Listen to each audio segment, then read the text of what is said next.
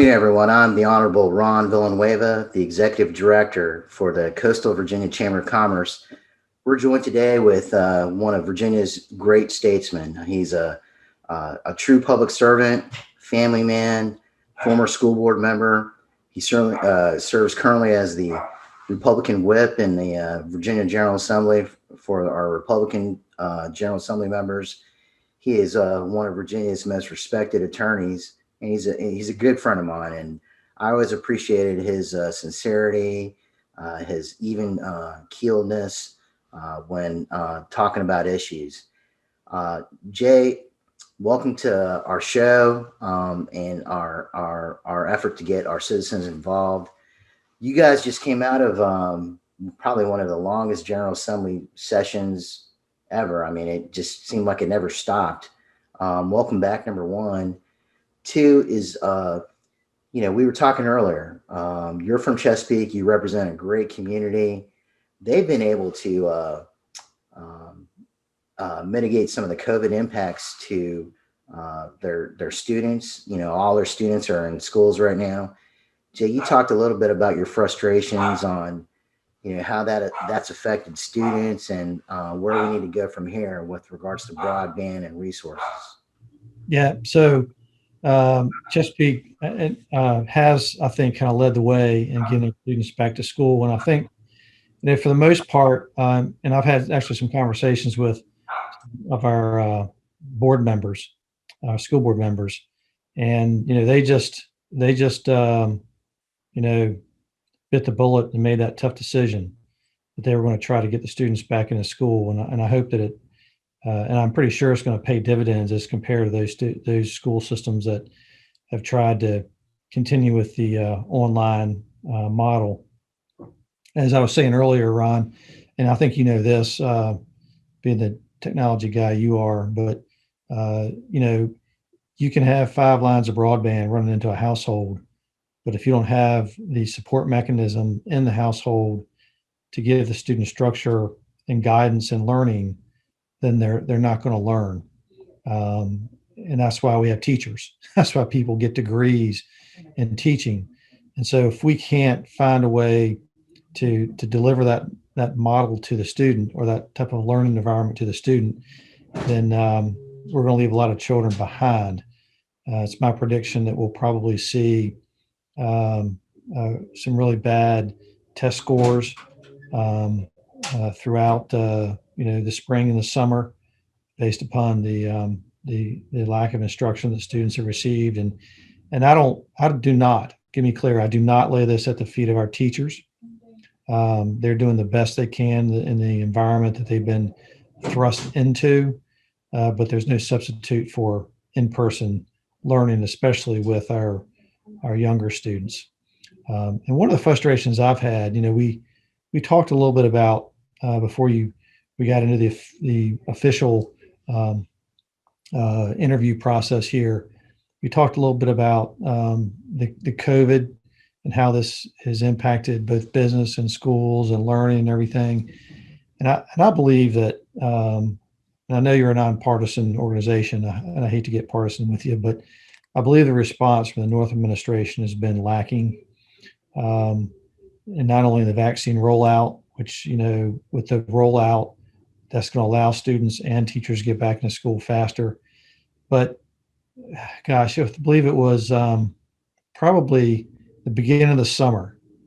I got a call from someone who's very familiar with HRSD.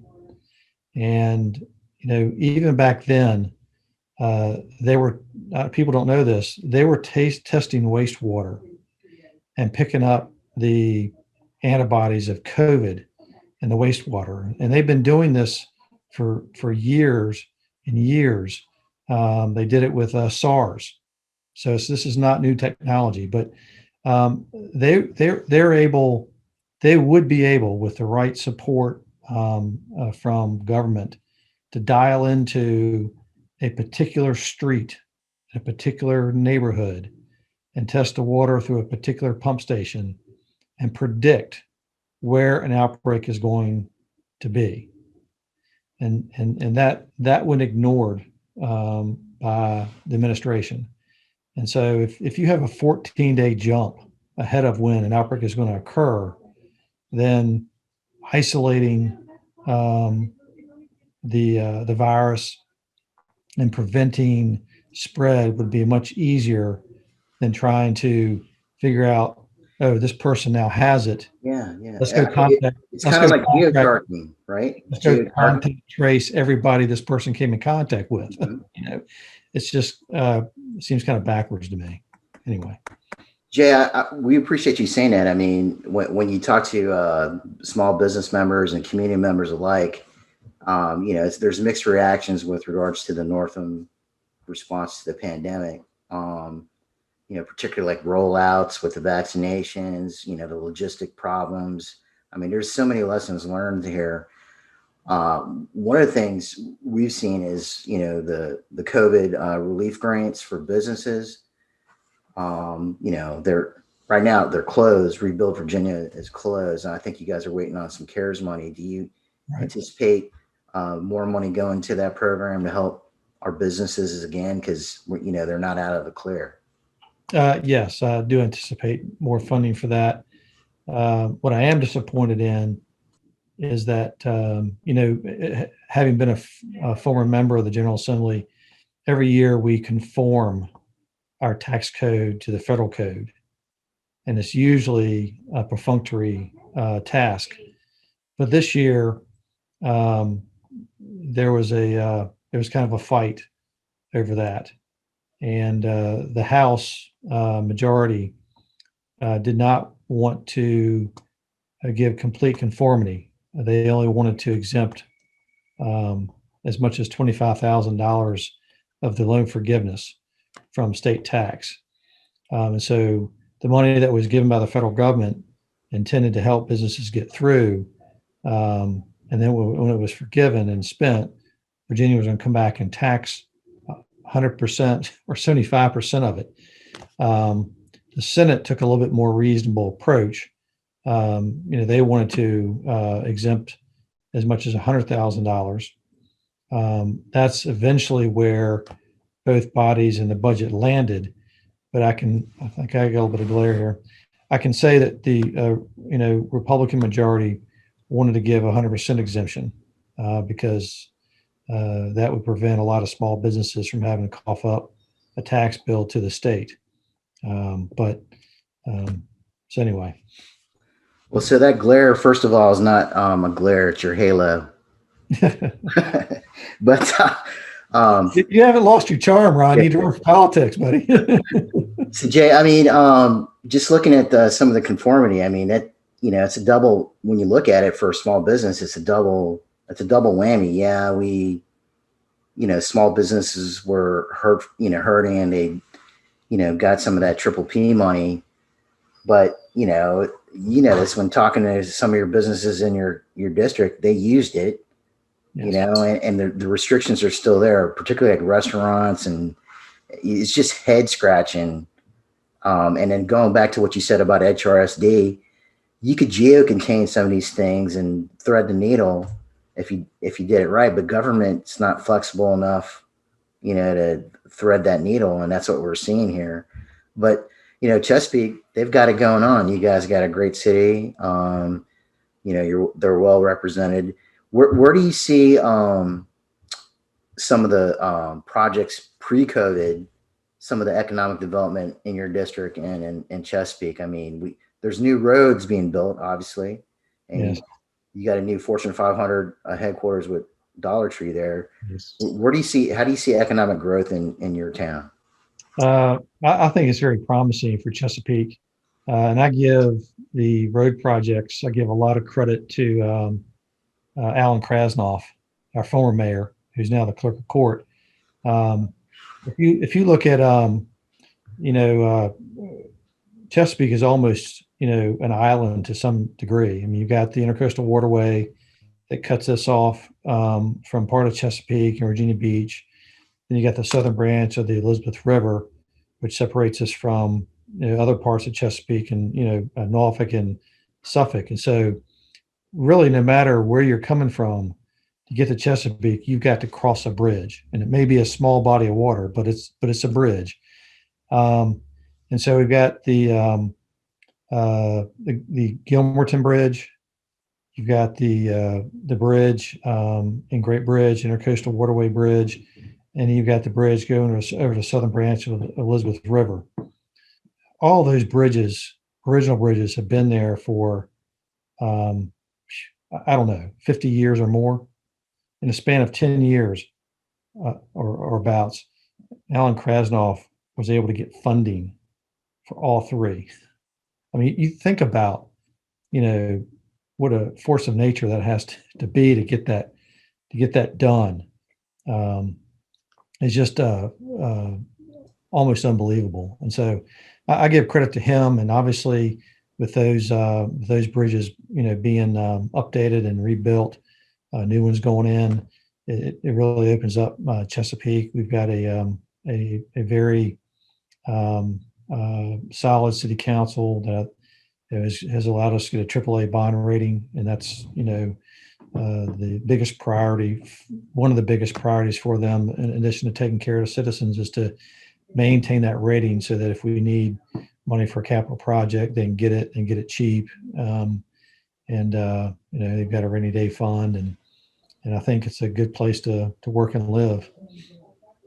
I see from this past General Assembly session, there are a number of new election laws, particularly switching May elections to November. That's going to affect you guys. What about the ward system? Delegate Fowler sponsored that bill over here, and is that going to affect you as well? That doesn't impact Chesapeake. If I recall correctly, that bill impacts only, I think it was so narrowly drawn that it only impacts Virginia Beach. Quite frankly, it should have been special legislation. Yeah. But requiring, as a higher margin of pass rate. So, but we don't have any wards in Chesapeake. It's all, at large. So the language of that bill would not impact us, although we are moving to, November elections. Arguments can be made on both sides of that coin. It does save a little bit of money, but it's the city's money, not the state's money to run that election. So I think the city should have had the ability to make that decision. And I do think that there's a very high propensity that local issues will get drowned out by federal issues. And from my perspective, if folks are electing city council members or school board members or constitutional offices, the focus really should be what's going on locally and not what's happening in the state and or at the national level. So I'm disappointed with that legislation.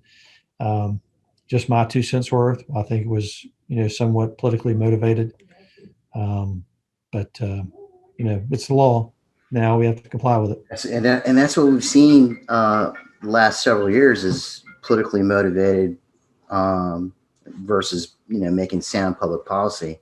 What's it like, being in the minority now? I mean, I served with you in the majority, and yes, we did great things. I mean, Virginia was #1 to do business in, and now the Democrats are in control. What's that like? It's different, of course. Perhaps I shouldn't say this as the whip of the Republican caucus in Richmond, but government, I think, really does operate better when there's parity. If you have one party, regardless of which party it is, that's complete and absolute control. I think some of the checks and balances that the founders envisioned are absent. And so I believe that Virginia would be better off if that parity existed in Richmond now at some level. And, it's as when we served together and we were in the majority, if you wanted to initiate a policy measure and it was a good idea, odds are you could get that pushed through. Not so much now. if you're a Republican, so. So Jay, we've seen some new legislation that has come forward. I mean, casino gambling, cannabis commercialization. One could look at that as new revenue streams for Virginia. How do you view those things? Well, you still there, Ron? Lost you there for a second. So I voted against the casino gambling. I think that it brings, obviously it's going to generate revenue, but I think it's more akin to a regressive tax. I think the people who can least afford to lose money gambling, and let's be honest. I mean, it's a profitable business because they take in more than they give out. So, you're going to lose more often than you win. I don't have a problem with it as a recreational activity, betting, but I would prefer as a Virginian to visit a place that already has it as opposed to bringing it to Virginia. I think it's going to bring some other elements along with it that we're not going to want, and I think there are going to be a lot of people's lives who are severely adversely impacted because of the gambling addictions and other things that come along and are associated with it. Jay, with regards to cannabis, it's a multi-pronged approach. You being an attorney, how does the decriminalization part work with the expungements and so forth? So, as you know, last year it was decriminalized. So now it's simply a civil offense, punishable by a fine of $25. The bill that passed this year is going to provide for automatic expungement of certain marijuana associated crimes. Certainly, possession is one of those, and then you'll have probably felonies. I believe you still may need to petition for expungement. So, what the problem I have with the legalization of I still call it marijuana. I know folks call it cannabis because it doesn't sound as bad, perhaps, but Sounds cooler. Yeah, I did a lot of research on this, quite frankly, and I used, for the most part, statistics from Colorado, because Colorado was one of the first states in the U.S. to embrace legalization of marijuana. And what they've done is they've kept statistics on certain metrics, and these are not statistics that were kept by a third party that doesn't like legalization. These are Colorado's own statistics, a state that has embraced legalization. And what they found, or what these statistics tell us, is that car fatalities involving marijuana more than doubled. Hospitalizations involving marijuana more than doubled. Emergency room visits involving marijuana more than doubled. Suicide rates involving marijuana more than doubled. While it obviously reduced the number of criminal offenses related to possessing or controlling marijuana, obviously because it's legal now, they saw an increase in offenses under Colorado's Drug Conspiracy Control Act. In other words, it didn't stop the black market.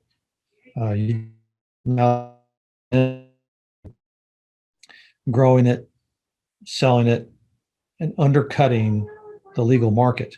We saw this, or we see this every day with cigarettes.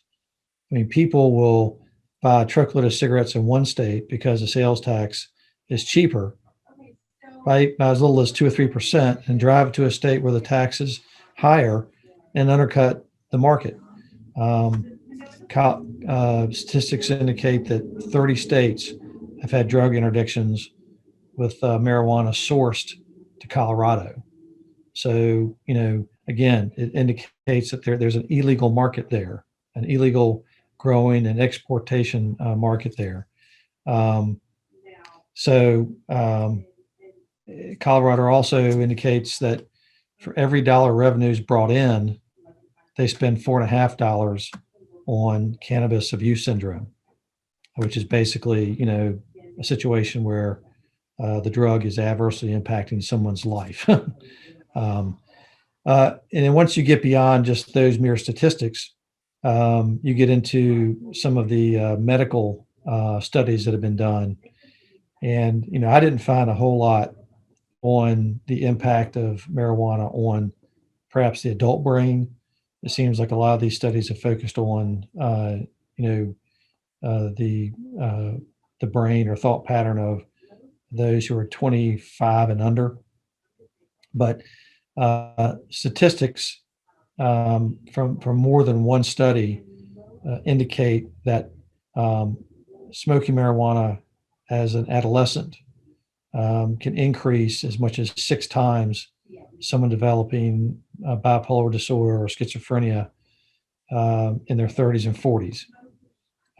That it reduces the IQ of those who smoke when they're an adolescent. And one study in particular that I think is worth noting, I'm not sure how we're doing on time, but there was a Swedish physician who who studied the conscription records of uh, citizens who enlisted in the military. And as you know, marijuana has been legal there for I don't know how long, forever. Um, and so when people signed up or enlisted, they were asked, "Have you smoked marijuana?" Of course, since it's legal, why, no one had the incentive to say no. So he took those records and he created two piles of records. One record was those who admitted smoking marijuana as an adolescent, those who had not smoked marijuana as an adolescent. And then he cross-referenced their medical records when they reached their age 30 and 40. And what he found was that those who had smoked marijuana as adolescents were 6 times more likely to develop mental illness. And there's I think credibility to this because most all medical experts will say that bipolar disorder and schizophrenia, its onset is almost always in the teenage years. In other words, you don't get it when you're 40 if you didn't exhibit symptoms of it and traits of it when you were as an adolescent. And so the fact that the rate of schizophrenia and bipolar disorder in 30 and 40-year-olds of this cohort 6 times greater than those who had not smoked it, I think lends a lot of credence to that research. And that's just one study. I mean, Jay, it sounds like man, you guys look this thing up and down. I mean, that's why it's good for the community to know what the pros and cons of this thing are. Yeah. And I think the way the legislation is written, it's local opt-in, right? Well, no, I think it's local opt-out. Okay. A locality, and so that does not change. Let's say, for example, Chesapeake opted out. What does that mean? What that means is that they could opt not to have retail sales in Chesapeake, but it can still be cultivated, wholesaled, and possessed, legally in the city. They're just So sell it. Yeah. So, again, I'm fully aware that of what the polls say that a majority of Virginians are comfortable with legalization. And to some degree, I don't have a lot of angst with what adults do with their spare time. But what I'm worried about is the message that we're sending to our children. Colorado did another study, and that was the perceptions of youth based upon the legalization. And the perception of smoking marijuana as being a risky behavior did a nosedive by adolescents when Colorado legalized it, meaning that they perceive it as being okay to use. Um, and school referrals involving marijuana spiked, use among adolescents spiked, and so 50-year-old wants to go off and do that, you don't know how to say no necessarily, but um, Jay, I just don't man, like the like you fact that said, they're we exposing their could go children. on and on, man. We could do a special show on this, for sure. But we appreciate, everything that you weighed on this. Real quick, I know you have a tremendous staff over there, and you do great constituent services, and you're a great elected leader. How do people get in touch with? How do people get in touch with you if they need that? Uh, so I don't have my card with me, but I'm on the internet. So if you go to the General Assembly website, I think it's um, jleftwich78.com. yeah, yeah, Yeah, okay. Thank you. You did your homework. yeah. Um, are you running for reelection? Yes, absolutely. All right. All right. Um, so we look forward to that. And real quick, what we do is we try to wrap up the show with like some quick like topics, and just you extrapolate on it quickly. Higher education, where's that at right now? I think higher education was treated very good in the last budget cycle. They were a little bit struggling a little bit because of lost revenue, being closed. Some universities opted to reimburse students for tuition and different expenses that were made to the school. And a lot of them were looking at, holes in their budget, but with, CARES Act money and one-time appropriations for our higher ed institutions of higher ed, I think they're gonna come out okay this time around. A lot of universities and colleges got capital projects that were necessary to be funded. And so now it's just basically up to each institution to decide, how open they're going to be to students returning to campus either Do, this do you see spring or more? Do you see more scholarship money? I know you and I talked about the price of education, and the availability of scholarship and grant monies. A lot of people still can't afford higher ed. So, yeah. do you I, see? I don't see a lot for in-state students. Mm, What I think was available when you were in the house is still about what's available. Um, you know, I do believe that we were able to get most institutions to commit to a little bit of a freeze this year because they were treated, I think, in my opinion, very well in the budget. I do think I heard that one university, I don't want to say which one because I don't recall off the top of my head exactly who it was, may have proposed a modest increase. I think for at least the present year. Um, when I say the present year, I mean 21, 22.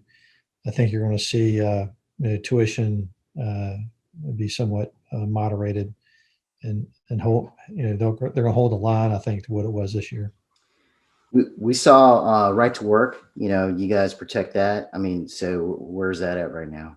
Well, it's under attack, as you know. A full repeal of right to work did not get through the General Assembly, although there was lots of legislation to repeal it. There has been legislation that was introduced and passed during the special session that would allow localities to determine whether they'll let their workers, um, unionize. And I think that there's a locality up in Northern Virginia that's already made a move to do that. So, I think that's a mistake. When now I'm all about treating public employees fair and our teachers. As a former school board member, I have a soft spot for K-12 and believe that we should provide more funding to K-12. But I don't know that we want to give our teachers the right to strike. Because who Yeah, gets hurt in that situation? I hear you. Yeah, I mean they're getting hurt now learning virtually. How's it going to work if they strike? Jay, you've been tremendous with your time appearing on the Coastal Virginia Chamber of Commerce General Assembly update. We invite you to come back anytime, and if you need to plug anything or inform the public about anything, let us know. We would gladly have you on. Jay, you're a tremendous leader. We appreciate you very much. We wish you and your family many blessings. Take care and God bless. I appreciate that, Ron, and the same back at you. See you, brother. All right, take care. Thank you.